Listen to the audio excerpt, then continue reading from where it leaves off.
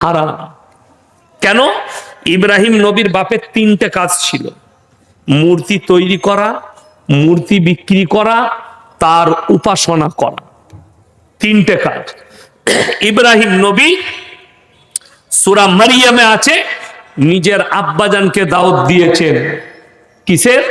কালমা। কি বলে? ইজ ক্বালা লিআবিহি ইয়া আবাতি লিমা তা'বুদু মা লা ইয়াসমাউ ওয়া লা ইউবসিরু ওয়া লা ইউগনি আনকা শাইয়্যা। হে আমার আব্বাজান, আপনি কার উপাসনা করছেন? হাত পা নাড়তে পারে না, কথা বলতে পারে না, নিজস্ব কোনো ক্ষমতা নেই, আপনি তার উপাসনা করছেন? এটা শয়তানের রাস্তা, এটা ছাড়ুন আর আমার আল্লাহকে বিশ্বাস করুন। আল্লাহর রাস্তা ধরলেন, আমার ওপরে কালমা পড়লেন। ইব্রাহিম নবীর বাপ দাওয়াত কবুল করেন। আমার বন্ধুগণ, আপনি পুতুল বিক্রি করছেন, কোন জীবজন্তু জানোয়ারের দল মূর্তি বিক্রি করছেন, হারাম। যে বাড়িতে মূর্তির আকারের কিছু থাকবে, এমন কি ছবি যদি কেউ রাখে, হাদিসে আছে ছবি, বাড়িতে ছবি যদি টাঙিয়ে রাখেন, আপনার নিজের, আপনার বইয়ের, বাঁধিয়ে ছবি রাখলে সেই বাড়িতে রহমতের ফেরেশতা আসবেন। আপনাকে ওগুলো মিটাতে হবে। অনেকজন তো সেই বিয়ের দিনকার ছবি বইয়ের গলায় হাত দিয়ে হারাম করে টাঙিয়ে রেখেছে। ছিঁড়ে ফেলাও। কে বললো ওটা রাখতে হবে স্মৃতি হিসাবে?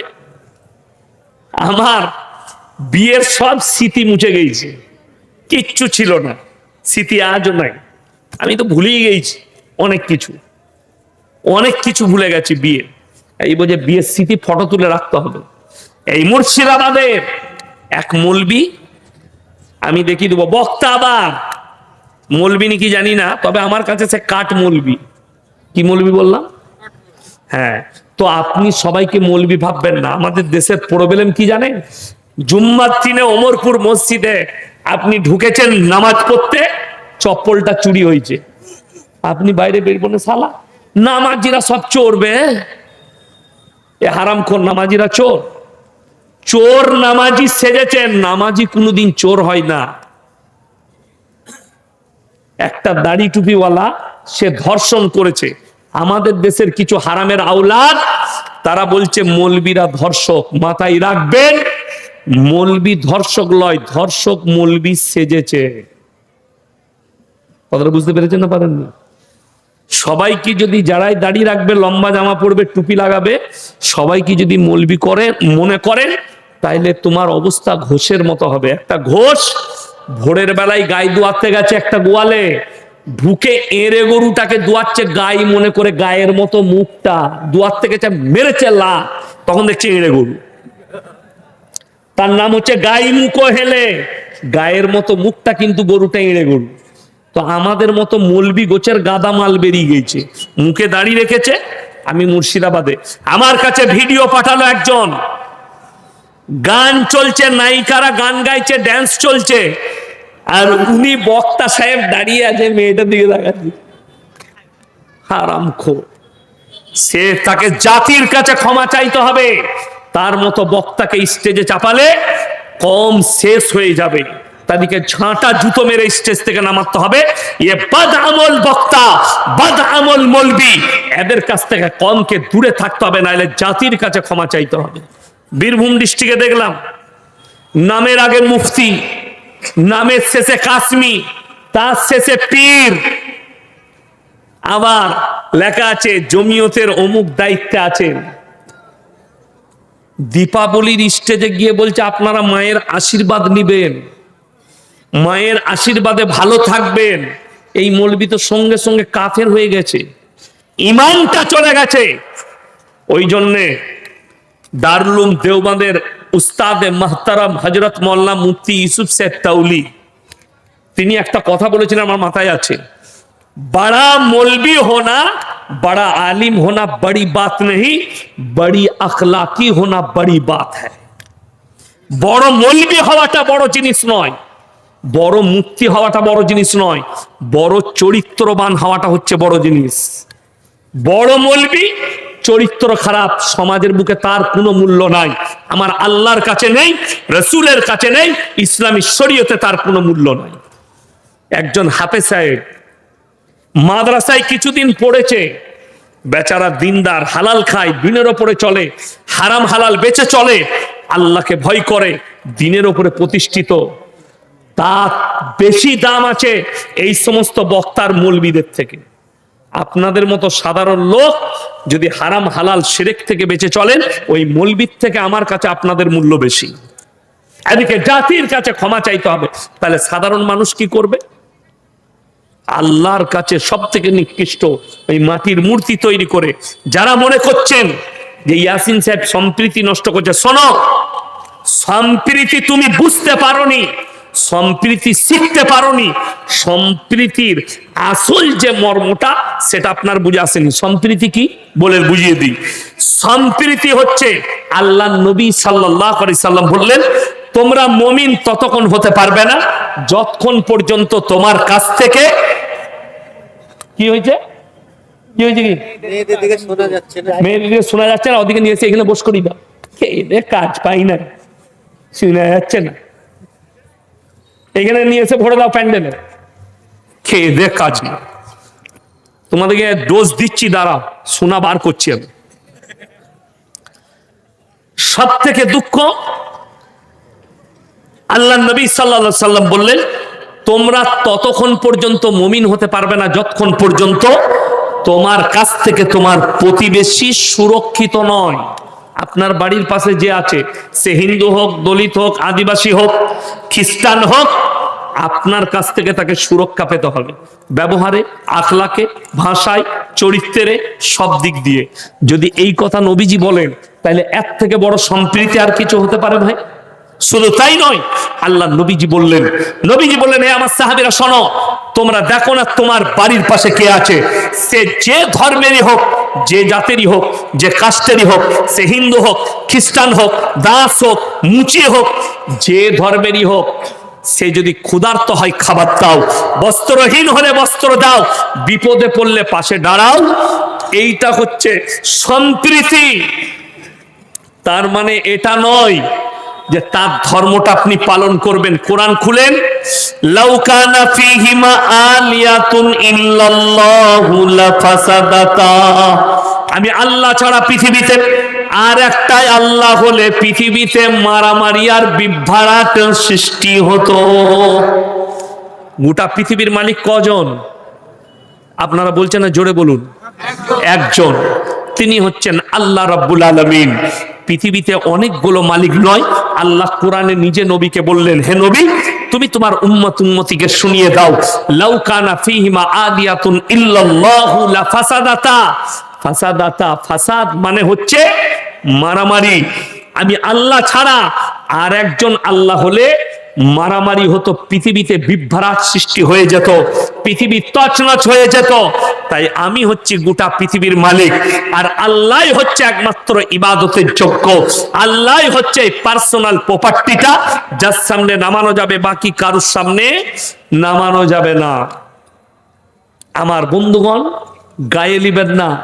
আপনি বলছেন, হুজুর আমি তো বহরমপুর গিয়েছিলাম বউকে নিয়ে, তো আমি পুজো করতে যাইনি, আমি খালি ঠাকুরটা দেখে এনেছি, একটু মেলাটা দেখেছি। আমি আপনাকে বুঝিয়ে দিই, এতে মৌলবীরা বলছে গুনাহ হবে। কেন হবে? কি জানে মৌলবীরা? আমরা শিক্ষিত লোক, এক্সাম্পল দিচ্ছি। রাতের বেলায় উমরপুরের সব লোক ঘুমাচ্ছে, একটা বাড়িতে ডাকাতি হচ্ছে, মারাত্মক ভাবে ডাকাত ঢুকে গেছে, সব মালগুলো লুটতারাজ করে গাড়িতে চাপাচ্ছে। একজন গ্রামের অন্য বাড়ির লোক, সে প্রস্রাব করতে উঠেছে, সে গাছতলায় পেশাব করতে করতে দেখলে, আল্লাহ, তার বাড়িতে তো চুরি হচ্ছে। সে সব দেখলো, চুরি করে নিয়ে পালিয়ে গেল, ডাকাতি করে পালিয়ে গেল। বেলডাঙ্গা থানার পুলিশ চলে এলো, পুলিশে ছেয়ে গেল, গ্রামের লোক জেগে গেছে, অমুকের বাড়িতে ডাকাতি হয়েছে। থানার বড়বাবু এসে বলছে, তোমাদের মধ্যে কে দেখেছো? সে বলে, স্যার আমি একদম প্রথম থেকে শেষ পর্যন্ত দেখেছি। কাকে বেশি মারবে? কথা বলে না, তাকে মারবে না, মারবে না, এই মালটাকে তুলে নিচ, বেরিয়ে যাবে, এরপর চলুন। আমার আল্লাহ কোরআনে বললেন, তোমরা যদি কোনো জায়গায় দেখো আল্লাহ বিরোধী কাজ হচ্ছে, শিরকের কাজ হচ্ছে, নবী বিরোধী কাজ হচ্ছে, শরীয়ত বিরোধী কাজ হচ্ছে। হয় তোমরা হাতের দ্বারা শক্তি থাকলে রুখে দাও, তা না হয় জবানের দ্বারা রুখে দাও, তা না হয় সেই জায়গা থেকে ঘৃণা করে দূরে সরে চলে এসো। কথা বুঝাতে পারলাম আমার বন্ধুগণ? আমি নিশ্চয়ই আপনাদেরকে বুঝাতে পারলাম। তাই আপনি যদি বলেন মজা দেখতে গেছিলাম, আপনি অপরাধী, আপনি আল্লাহর কাছে হিসেব দিয়ে পেরুতে পারবেন না। ওই জন্য অনুরোধ করছি, এই ধরনের পাপ থেকে। আপনার বাড়ির পাশে হিন্দু ভাই বাস করে, তার কাপড় নাই, আপনি একটা কাপড় কিনে দেন, জায়েজ আছে। তার কাপড় কিনে দেন, জায়েজ আছে। তার বাড়িতে চাল নেই, চাল দেন, নেকি পাবেন। কাপড় দেন, নেকি পাবেন। কোন অমুসলিম ভাই মেয়ের বিয়ে দিতে পারছে না, টাকা দেন, নেকি পাবেন। কিন্তু যদি বলেন আমার সঙ্গে বন্ধুত্ব আছে, তো তার ওখানে দুর্গা উৎসব হচ্ছে, আমি যাব, হারাম। আমি বলে দিলাম হারাম, ওই উদ্দেশ্যে যাওয়া যাবে না। আজকে দুঃখ কষ্ট, এই শিরকের কথা গিয়ে বলতে গিয়ে বলছি, আজ সমাজ ধ্বংস হয়ে গেল কিছু হুজুরদের জন্য। আজকে দেখুন, এই ওমরপুরের লোক সবাই আপনারা জানেন না, বেলডাঙ্গার লোক সুদ খাওয়া কি? তাইলে বেলডাঙ্গার একটা লোক সুদ খায় না। একটা মুসলমান সুদ খায়? বললেই আমি খারাপ বলবি, সকালবেলা চায়ের দোকানে গাল দিবে। ওকে কি করতে দাওয়াত দিলি? অসুবিধা নাই, দাওয়াত দিতে হবে না। ওমরপুর ওয়ালাদিকে বলে আমি দাওয়াত নিয়েছি না, এরা আমাকে দাওয়াত নিয়েছে। কথা বলে দাওয়াত নিয়েছে। ওমরপুরে দাওয়াতটা নিয়েছি, কথা বলে। আমার আসল জলসা ছিল খুনিয়াপুকুর মাদ্রাসায়। তারপরও ইনারা ভালোবাসেন, সাহেব ভাই বললে আসতে হবে, এমন ঠিক আছে লিখে নিচ্ছি, আমি ওদিকে বলে দিচ্ছি, মাগরিবের পরে দিবে, আপনাদের এখানে লাস্টে বলবো। তুমি এটা মনে করো না। আমাকে প্রশ্ন দিয়েছিল আপনার এই আজিজুল ভাইদের ওখানে, আমার আগে জলসা করছিল ওয়ার এলাকায়, যে বক্তারা রেট করে অগ্রিম পয়সা ভরে নিচ্ছে, এটা জায়েজ কিনা? আমরা ওটা জায়েজ হারাম পরে ফতোয়া হবে। যারা বলছে যে যখনই আমাকে দাওয়াত দিলেন, আমি বললাম ভাই 20,000 টাকা অ্যাকাউন্টে ভরে দিতে হবে, তো দাওয়াত দিলি কেন? কথাটা বুঝতে পেরেছেন না? পারেন নাই? ইয়াসিনকে দাওয়াত দিবি কেন? যে বলছে 20,000 লোব, যে দাওয়াত দিচ্ছে 20,000 টাকা অ্যাকাউন্টে ভরতে হবে বলে, তার উপরে ফতোয়াটা আগে মুফতির কাছ থেকে নিয়ে আয়। যে দাওয়াত দিচ্ছে তার ফতোয়া কি হবে? কোন বক্তা বলেছে আমাকে না দিয়ে জলসা করো না? কেউ তো বলে নাই। তোমার ভালো লেগেছে, তুমি ইয়াসিনকে লিয়েছো, আমি বলে যে আমাকে টাকা ভরে দাও, তাইলে দোষটা আমার নয় তো, দোষটা তোমার। তুমি দাওয়াত দিবে কেন ইয়াসিনকে? রেট করেছে যখন, তুমিই বলছো রেট করে পয়সা লিয়া জায়েজ নাই, তাহলে তুমি আবার দাওয়াত দিলে কি করে? তাহলে তোর থেকে বড় হারামখোর পৃথিবীতে কে আছে? তুই তো জেনে শুনে পাপ করছিস। এইগুলো হচ্ছে এক একটা পয়েন্ট। মুসলমান এইগুলো যেদিনে বুঝতে পারবে, আমি চ্যালেঞ্জ ছুড়ে ওমরপুরের মাটিতে বলে যাচ্ছি, মুর্শিদাবাদে যদি কোনো বাপের বেটা থাকে, আমি শুধু গাড়ির তেল খরচা দিবেন, আমি জলসা করব ফ্রি। খালি গাড়িতে আর ড্রাইভারের পয়সা দিয়ে দিবেন, তেলের ফ্রি জলসা করব। তোমার মসজিদের ইমামের বেতন 30,000 টাকা করো।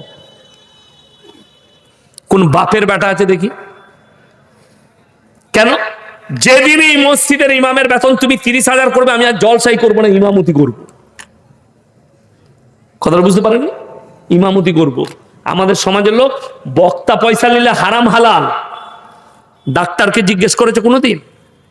ডাক্তারকে যে আপনি একটা রুগীকে দেখে খালি কলম চালিয়ে দিচ্ছেন, 800 টাকা ফি কি করে? করতে পারোনি কেন? পাছায় লাথি মেরে বার করে দেবে চেম্বার থেকে, চলে যাও অন্য জায়গায়। ওইখানে যে জানের খাতরা, মৌলবীর কাছে পানিতে ফুপ দিলে পয়সা লাগে না, ফতোয়া নিলে পয়সা লাগে না। আপনি জানতো উকিলের কাছে পরামর্শ নিতে টাকা লাগবে না? লাগবে না। উকিলকে বলতে পেরেছো আমার স্কুলে পড়েছিলি, পয়সা নিবি কেন? এবং ঘাড়ে ধরে বার করে দিবে চেম্বার থেকে। খালি মৌলবীরা নিলে দোষ। তোমার ইমামকে তুমি 10,000 বেতন দিতে পারো না, আর ইয়াসিন কেন টাকা নিচ্ছে? এইটাই দুঃখে। তোমাকে দাওয়াত দিতে বলিনি, সেই মৌলবীকে দাওয়াত দিবেন না যে রেট করছে। দিয়ে দাওয়াত দিয়ে তাকে আবার প্রশ্ন করছেন টাকা নেওয়া যাবে কিনা? তাহলে যে করছে সে কত বড় হারামখোর। যদি কমিটির লোক করে, তার থেকে বড় হারামখোর কে আছে? তুই দাওয়াত করলি কেন? তাকে জেনে শুনে করেছিস তো। ওই জন্য আমার ভাই, সবাই হাত তুলে বলুন তো, শিরক থেকে বাঁচবো ইনশাল্লাহ। নিজেদিকে শিরক থেকে বাঁচান। আজকে আপনাকে আমি দেখিয়ে দেবো, ইমানদারির সঙ্গে বলুন, আল্লাহ ছাড়া ভালো মন্দের মালিক কেউ আছে? কেউ নাই। আমার মনে পড়ছে 3-4 বছর আগে এখানে জলসা করতে এসেছিলাম, আমার কাছে একটা প্রশ্ন এসেছিল। জানেন কিসের প্রশ্ন? কি কিসের প্রশ্ন? মারাত্মক প্রশ্ন এসেছিল। ওই বিয়েতে জেলেবি দিলে নাকি পাক লেগে যায়, এই স্টেজে আমাকে প্রশ্ন করেছিল 4 বছর না 3 বছর আগে। মহিলাদের প্রশ্ন। এইগুলো কুসংস্কার গুলো এখনো আছে। আমাদিকে তো মৌলবিদিকে আপনারা কটা কাজে রেখেছেন? কটা? 3টে কাজে। কটা কাজে? মৌলবিরা কটা কাজে আছে? 3টে। নাম্বার 1, হয়েছে কাজে আজান দিয়ে দেন। নাম্বার 2, মরেছে জানাজা পড়িয়ে দেন। নাম্বার 3, বিয়ে পড়িয়ে দেন। এই 3টে কাজ বলে বাকি সব আমরা বুঝে দেবো। আপনি বাবা, আমি বর্ধমান জেলার কথা বলছি। আপনি কেন বললাম যে 10 কোটি মুসলমান নেই? আমার বর্ধমান জেলার কথা। বেটার বিয়ে হচ্ছে আমার এলাকায়। আমি এমনও দেখি, আমি এমন একটা গ্রামে গেছি, মুসলিম বেশি, দাস আছে, হিন্দু কম। কি বুঝলেন? তারা বিশ্বকর্মা পুজো করে, তারা সরস্বতী পুজো করছে, গান বাজে, বাজে না? তাদের ধর্ম তারা পালন করে। কিন্তু যখন আজান হচ্ছে, তারা মাইক বন্ধ করে দিচ্ছে, যেহেতু আজান হচ্ছে, নামাজ হবে। হিন্দু মুসলিমের গ্রাম বলছি। কিন্তু আবার মুসলমান নিজের বেটার বিয়ে দিচ্ছে, হারামখোর। মসজিদে আজান চলছে, কিন্তু এরা ড্যান্স আর নাচা বন্ধ করেনি। এটা মুসলিমদের কথা বলছি আমি। কিন্তু হিন্দু ভাইরা রিসপেক্ট করে আজান বন্ধ করেছে, আমার কাছে প্রমাণ আছে। আমি গ্রামের নামও বলে দিতে পারি, কিন্তু বলবো না। কেন?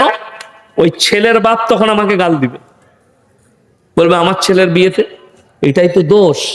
ইমাম মসজিদে যদি বয়ান করে দেয় গান বাজনা হারাম, তার চাকরি চলে যাবে।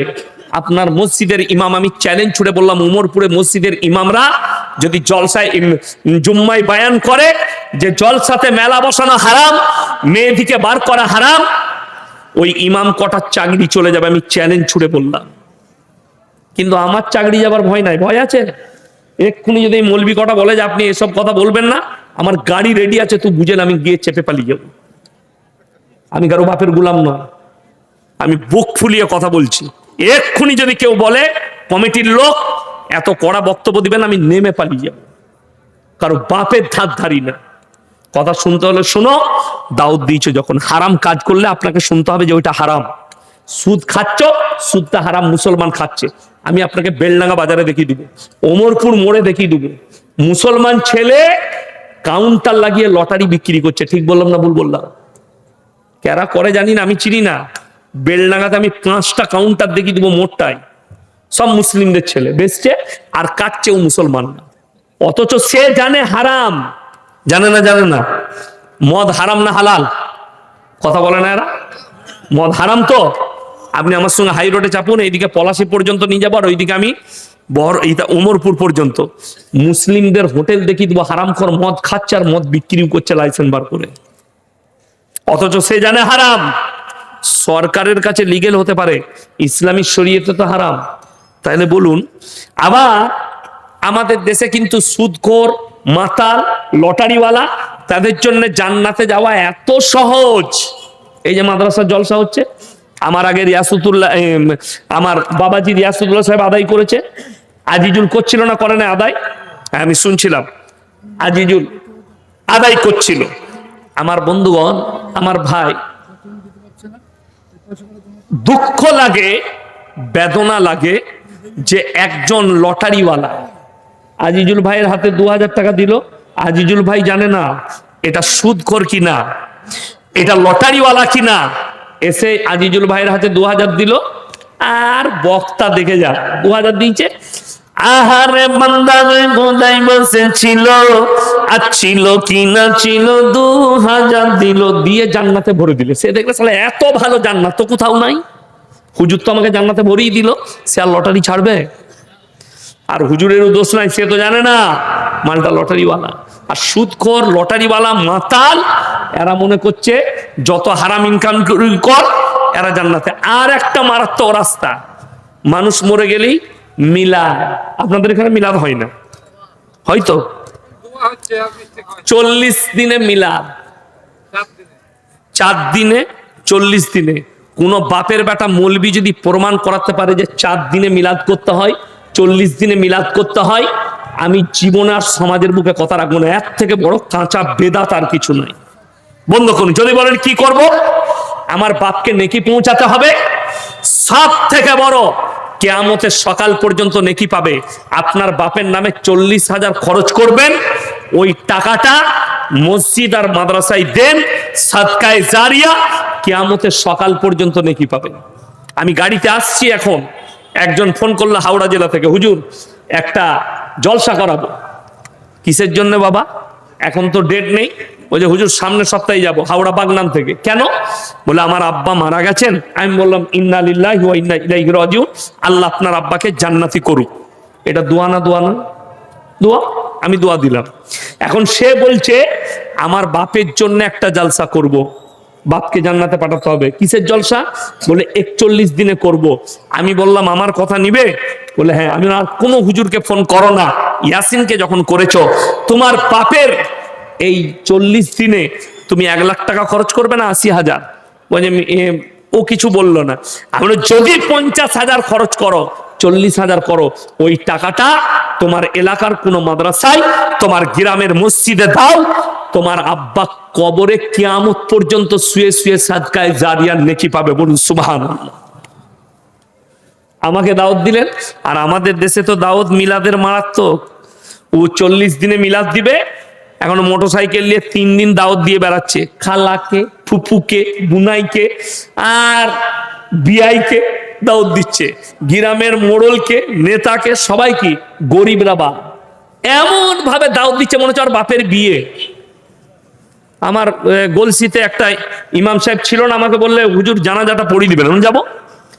পড়াতে গেছি, একজন দেখছি তাদের আত্মীয় 2টো প্যাকেটে মিষ্টি নিয়ে আসছে। এমন এগুলো কি করবি? বলে এই জানাজা পড়তে এসছে, ওদিকে বিলুবো। আমরা আমাকে তো আমি বিলি দেবো, আমি তো নামাজটা পড়াবো, আমি ওখানে বিলি দেবো। তো ও একটু আপনর্মাল ছেলে ছিল, আমার হাতে দিয়ে দিয়েছে। আমি আমার স্কুটির ডিব্বায় ভরে তালা মেরে দিলাম। নামাজ পড়েছে, আমার কাছে হুজুর মিষ্টি মিষ্টি মিষ্টি। বলে চুপ কর, তুই যা, মিষ্টি আমি দিয়ে দেবো, যা। এসে মাদ্রাসা তালমেল খেলে তোরা, এটা তোদের তকদিরে। আমি ওখানে দাঁড়িয়ে বললাম যে এখানে পেছনে অনেকগুলো মৌলবি আছে, আপনারা দাঁড়াইছেন। মরে যাওয়ার পরে জানাজার নামাজের পরে মিষ্টি বিলুপ্ত হবে। এই মৌলবিরা যদি ফতোয়া দিতে পারে যে জায়েজ আছে, আমি ইয়াসিন নিজের পকেট থেকে 5,000 টাকার মিষ্টি এখানে খাওয়াবো। বেদাত। অথচ খাওয়াচ্ছে মুসলমান। কোথা থেকে এলো? ও ইসলামিক কালচার। আমি আপনাকে গুরুত্ব দিয়ে বলে যাচ্ছি, আপনার এলাকায়, বেলডাঙ্গা এলাকায় যত হিন্দু ভাই আছে তাদেরকে জিজ্ঞেস করবেন, তাদের মধ্যে কোনো মানুষ মারা গেলে হিন্দু ভাইরা তারা 40 দিনে শ্রাদ্ধ খাওয়ায়, আর আপনি 40 দিনে খানা করে মিলাদ দিচ্ছেন। নামটা আলাদা, মালটা একই। আমাদের দেশে দেওয়ালিতে হিন্দু ভাইরা বোম ফাটায় না? ফাটায় না? কথা বলে না? বোম ফাটায়। আমি মুসলমান দেখি দেবো শবে বরাতে বোম ফাটাচ্ছি। ঠিক বললাম না ভুল বললাম? তাহলে তার সাথে তোমার কি পার্থক্য?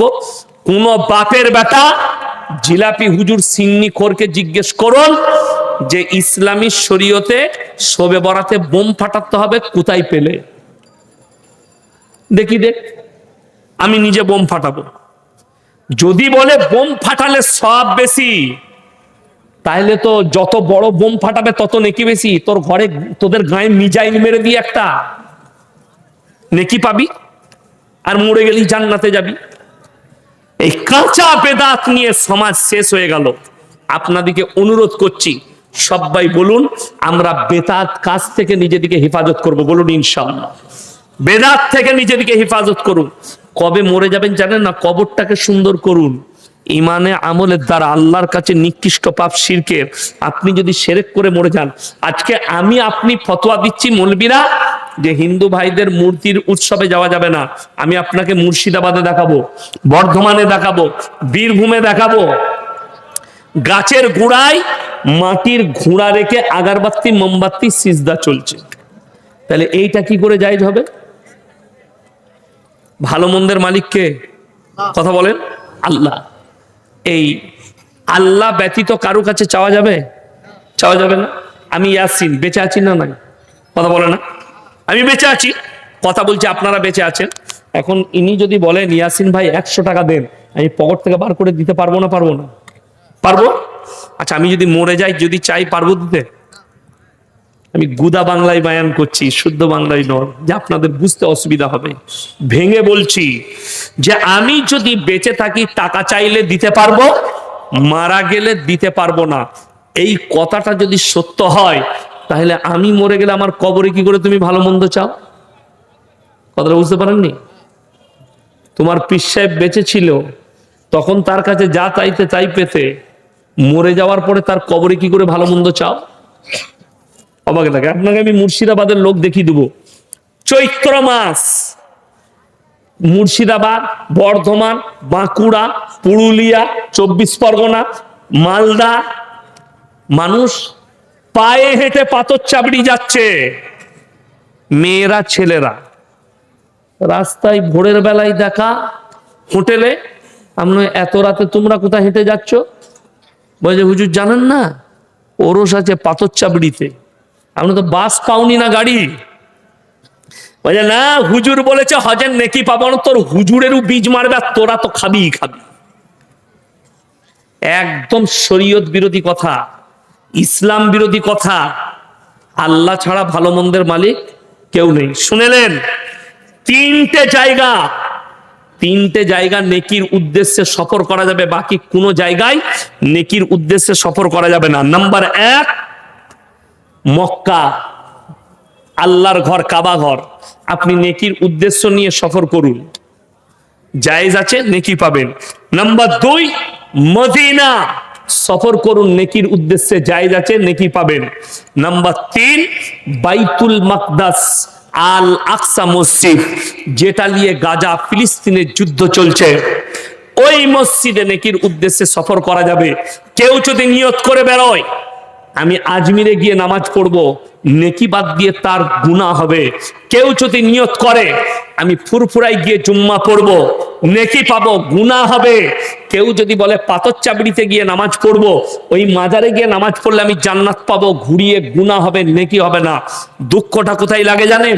আমাদের দেশের কিছু বেদাতি বদ্দিন, এই সিন্নিখোর বেরেলিরা, এরা কবরে চাদর চাপাচ্ছে আর ওর মায়ের গায়ে একটা চাদর নাই। কবরে 5000 টাকার চাদর না চাপিয়ে তোর পাড়ায় 10টা গরিব মানুষকে, মেয়েকে, মহিলাকে চাদর কিনে দে, মঙ্গল হবে, তাদের দোয়া তোকে লাগবে। খাজা বাবাকে ঠান্ডা লাগে নাই যে তাকে চাদর চাপাতে হবে। আর কবরে চাদর চড়ানো জায়েজ হলে তোমার মতো টেনার চাদর নয়, আল্লাহ রসুল সাল্লাল্লাহু আলাইহি সাল্লামের কবরটা আসমান পর্যন্ত হিরে মতি মুক্ত চাদরে ঢেকে যেত, ঠিক কিনা? নবীজির কবরে জায়েজ নেই। পৃথিবীর আর কোন মৌলবি মোল্লা পীর ফকিরের কবরের জন্য জায়েজ হবে না। কষ্টের বিষয় হচ্ছে আজকে দেখুন, সব থেকে বেশি শিরক আর বেদাতে কারা জড়িত আছে? মায়েরা, সব থেকে। আপনারা ইমানদারির সঙ্গে বলুন, একটা পর নারী আর পর পুরুষ এক কাছে হওয়া যাবে? কথা বলে না, যাবে না তো। ইসলামী শরীয়তে কি হারাম, পর নারী পর পুরুষ এক কাছে হলে। সেখানে তৃতীয় ব্যক্তি যে দাঁড়িয়ে যায় তার নাম হচ্ছে শয়তান।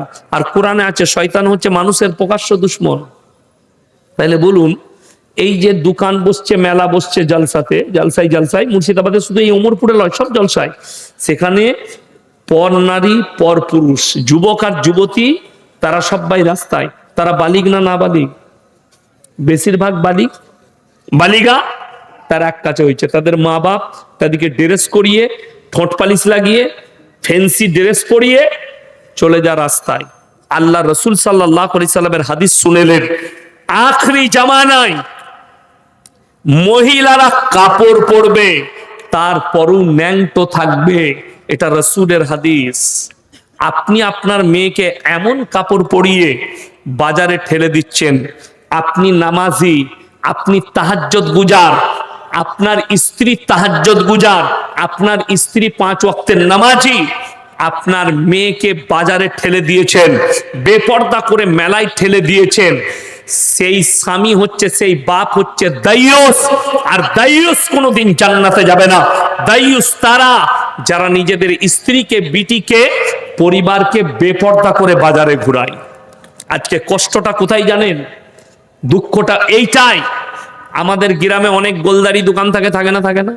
থাকে। এখন আমি একটা উদাহরণ দিই। আমি আর ইনি ধরলেন ক্লোজ বন্ধু, মানে অন্তরের বন্ধু। তো মজাক হবে না? হবে না? ইয়ার কি অন্তরের বন্ধুরা মজাক হবে। আমি এখন মজাক করে বললাম, ভাই তোমার বইয়ের ব্লাউজের সাইজ কত? সম্পর্ক থাকবে না, ছিন্ন করবে? কথা বলে না এরা? সম্পর্ক ছিন্ন। এত বড় কথা বললি? আপনি এইটুকু কথা বলার কারণে বন্ধু ইয়ারকি মেরে বলেছে, আপনি সম্পর্ক ছিন্ন করলেন। আর আমি আপনাকে দেখিয়ে দেবো, চায়ের দোকানে হারামখোর 3 ঘন্টা আড্ডা মারছে, আর বইয়ের কাপড়ের প্রয়োজন, ব্লাউজের প্রয়োজন, সায়ার প্রয়োজন, ভেতরের জিনিসের প্রয়োজন, বউকে বেলডাঙ্গা বাজারে পাঠিয়ে দিয়েছে। সে গিয়ে একটা বেটা ছেলে দোকানে বসে আছে, বলছে দাদা আমার একটা 36 সাইজের ব্লাউজ বার করুন তো। তখন তোকে লজ্জা লাগে না? সে তো দাইয়ুস, সে তো জাহান্নামে যাবে। নামাজ পড়ার পরও তোমার আমল নষ্ট হয়ে যাবে, যেহেতু তোমার বিবিকে ঠেলে দিয়েছো। আল্লাহর কাছে 2 নম্বর নিকৃষ্ট পাপ হচ্ছে ওয়ালা তাকরাবুজ জিনা ইন্নাহু কানা ফাহিশা ওয়া সাআ সাবিলা। ব্যভিচার করা অনেক দূরের কথা, যে রাস্তায় ব্যভিচার হয় সেখানে তোমরা সেই রাস্তা দিয়ে যাতায়াত করো না। আপনি ভেবে দেখুন, অনেক মুসলমান মনে মনে করছেন ইয়াসিন সাহেব জিনা মানে তো শারীরিক সম্পর্ক। শুধু শারীরিক সম্পর্কটাই জিনা আপনাকে কে বললো?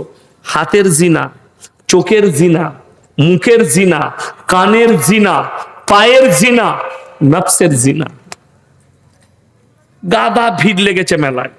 এখন গাদা যুবক, গাদা যুবতী, সেই মধ্যখানে শয়তান বললে চালিয়ে দে, মেরে দে, পালিয়ে গেল।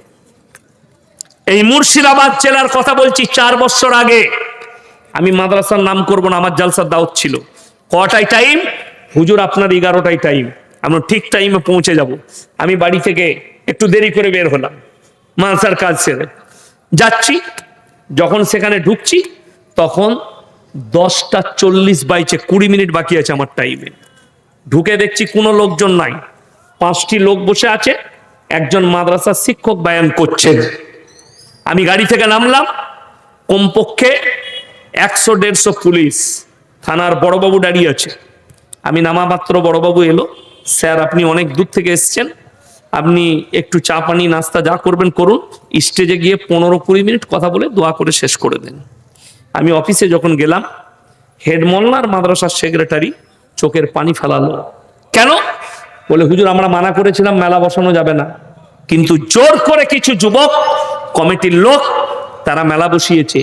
এই মেলা বসানোতে ছেলে মেয়ে এক কাছে হয়েছিল, কোন এক যুবক একটা মেয়ের চুল ধরে টেনেছে, তার পরিবার এসে তাকে হেসুয়া করে চুটিয়েছে। আর মুর্শিদাবাদ ঝামেলা মানি তো হেসুয়া, চুটি দিয়েছে। সঙ্গে সঙ্গে অ্যাটেম্প টু মার্ডার, তাকে নিয়ে যেতে হয়েছে বহরমপুর। জলসা বন্ধ, সেক্রেটারি আর হেড মোল্লা চোখের পানি ফেলালো। আমি জলসা শেষ করলাম 20 মিনিট বলে, আমাকে বলছে হুজুর কত দেবো? আমি বললাম আমার গাড়িতে যে তেলটা লেগেছে আর ড্রাইভারের বেতনটা দেন, আপনাদিকে দেখে কষ্ট লাগছে। এইটা হচ্ছে মেলার হাল। কাল এই দুর্ঘটনা ঘটবে না আপনার গ্রামে। আরে মেলা তো কোথায় হবে? হারাম কাজ মেলা। দোকান বসবে না, কে বললে দোকান বসতে পাবে না? দোকান বসান, জেলেবির দোকান বসবে, বাদাম খাবারের দোকান বসবে সেখান থেকে, এবং গ্রামে মসজিদে মসজিদে এলান হবে জুম্মায় 1 মাস আগে থেকে কোনো 10 বছরের মহিলাও যেতে পাবে না। বিশ্বাস করুন, এই মাদ্রাসার স্টেজে বসে বলছি, তারা হয়তো এই বায়ানটা শুনবে। আমি জলসা করতে গেছিলাম ধানবাদ, বিহারের কাছে। থানাটার নাম চন্দন কিয়ারি, জেলা হচ্ছে ধানবাদ জেলা বিহারে, গ্রামের নাম হচ্ছে নোডিহা। মিনিমাম 1 থেকে 1.5 হাজার খালি আলেম হাফেজ আছে গ্রামটাই। আমি বিকেল 4টায় ঢুকেছি, আমার 12টা থেকে 2টো টাইম ছিল। এই এতক্ষণ সময়ের ভেতরে আমি রাস্তায়, তাদের গ্রামের রাস্তায় একটা 10 বছরের মেয়েকেও দেখতে পাইনি। 10 বছরের মেয়েকে। আল্লাহ সাক্ষী আছে, আমাকে হিসেব দিতে হবে আল্লাহর কাছে। আর আপনি ভেবে দেখুন, একটা দিনী কালচার হবে, দিনী চর্চা হবে, ইসলামের একটা সভা হবে, সেখানে আপনাকে মেলা বসাতে হবে, নাহলে জালসা কামিয়াব নয়। আপনি কার উপরে ভরসা করছেন? শয়তানের উপরে? আপনি কার উপরে ভরসা করছেন? বদ্দিনীর উপরে? আপনার জলসার ভরসা কার উপরে? আমরা আল্লাহর উপরে ভরসাশীল হব তো? আল্লাহর উপরে ভরসা থাকবে না মেলার উপরে। বড় কষ্ট লাগে, দুঃখ লাগে। আমাদের বর্ধমানে ম্যাক্সিমাম জলসায় মেলা নেই। আপনি চলুন, খালি চায়ের দোকান থাকে, মানুষ চায়ের দোকান খাবে বলে। 2, 3, 4 ইস্তেমা আছে না নাই? শুনেন না, ইস্তেমা আছে হুগলিতে 26 সাল। তো এই 2, 3, 4 জানুয়ারিতে ইস্তেমা আছে, সেখানে দোকান বসবে না? বসবে না? গাদা দোকান বসবে, কয়েকশো দোকান বসবে। কিন্তু ইমানদারের সঙ্গে মানুষ, সেখানে মহিলারা যাবে? মহিলাদের তো প্রোগ্রামই লয়, সেটা শুধু পুরুষদের। সেইখানে যদি 1000 দোকান বসে, কোনো অসুবিধা নেই। সেখানে নারী পুরুষের এক কাছে হয় না। ওরস ইসলামী শরীয়তে জায়েজ নাই, ওই মেলা বসানোর কারণে। যতগুলো জায়গায় মেলা হয়, সেখানে বেশিরভাগ জিনা করার পাপ হয়। চোখের জিনা হয়, হাতের জিনা হয়, নফসের জিনা হয়। এমনি তো বাজার, গ্রামে যদি কোনো দোকান থাকে, আপনি যদি বলে গ্রামে গোলদারি দোকান আছে, সবারই বউ তো বাজার করতে যায়, ওটা তোমার প্রবলেম, ওটা তোমার ব্যর্থতা। ইসলামী শরীয়ত নয় ওটা, ওটা ইসলাম নয় যে মহিলারা দোকানে বাজার করতে যাবে। তোমার কর্তব্য হচ্ছে সকালবেলায় তার বাজারটা করে দেওয়া। এরপরে আমি আপনাদেরকে বলবো, জীবনে বেদাত কাজ ছেড়ে দেন। 3টে জিনিস আপনি জীবনে করে যান, কিয়ামতের সকাল পর্যন্ত নেকি পাবেন। জোরে বলুন সুবহানাল্লাহ। কটা বললাম? 3টে, বেঁচে থাকতে। নাম্বার 1, যারা দুনিয়াতে একটা নেক সন্তান রেখে গেছে, সবাই তৈরি করবো নেক সন্তান ইনশাল্লাহ। নেক সন্তান মানে কি? আপনি মরে যাওয়ার পরে সন্তান যেন জানাজা পড়াতে পারে, সন্তান যেন দোয়া করে, সন্তান যেন কবর জিয়ারত করতে পারে, আপনার নামে দান খয়রাত করতে পারে। এইটা হচ্ছে কি? নেক সন্তান 1 নম্বর। নাম্বার 2, আপনি নিজের নামে কিছু দান করে যান, সাদকা। মাদ্রাসা, মসজিদ, গরিব, এতিম মিসকিন, এদের কাছে কিছু সাদকা করে যান। মরণের পরে মাদ্রাসা যতদিন বাকি থাকবে, আপনি কবরে শুয়ে শুয়ে নেকি পাবেন। মসজিদ যতদিন বাকি থাকবে, আপনি শুয়ে শুয়ে নেকি পাবেন। নাম্বার 3, খায়রুকুম মান তাআল্লামাল কুরআন আল্লামাহু। যারা ইলম হাসিল করে অপরের কাছে পৌঁছে দেয়। এই মাদ্রাসাগুলো হচ্ছে পাওয়ার হাউস, এবং ট্রান্সফার্মা হচ্ছে এই তালবিলিমগুলো। এরা আলেম তৈরি করে দেবে, সমাজের বুকে গিয়ে তারা আলো ছড়াবে, আলো দিবে। যেমন এটা ডাইরেক্ট পাওয়ার হাউস থেকে আপনি কারেন্ট পাননি, এটা ট্রান্সফার্মা থেকে আপনার কাছে আসছে। ওই জন্য মাদ্রাসা তালবিলিম গুলো হচ্ছে ট্রান্সফার্মা। আপনার সমাজে গিয়ে তারা দ্বীনি খিদমত করবে। এই মাদ্রাসা কিয়ামত পর্যন্ত বাকি থাকতে হবে। সবাই হাত তুলে বলুন, আজ থেকে কোরআনের সঙ্গে মহব্বত করবো ইনশাআল্লাহ। কোরআনের সঙ্গে মহব্বত সবাই করবো, জোরে বলুন ইনশাআল্লাহ। এরপরে আমি বলবো, ভাই কোরআন কত পারা? 30 পারা। অনেক টাকা দিয়েছেন। আমি ইয়াসিন, মুসাফির মানুষ, আল্লাহ তাআলা 3 জনের দোয়াকে ফেরত দেয় না। কাছের গরিব, এতিম মিসকিন আর মুসাফির, এই 3 জন যদি আল্লাহর কাছে দোয়া করে, আল্লাহ কবুল করে নেয়। তাই আমি বলবো, 30 জন ব্যক্তি 500 করে টাকা কোরআন শরীফের পয়সা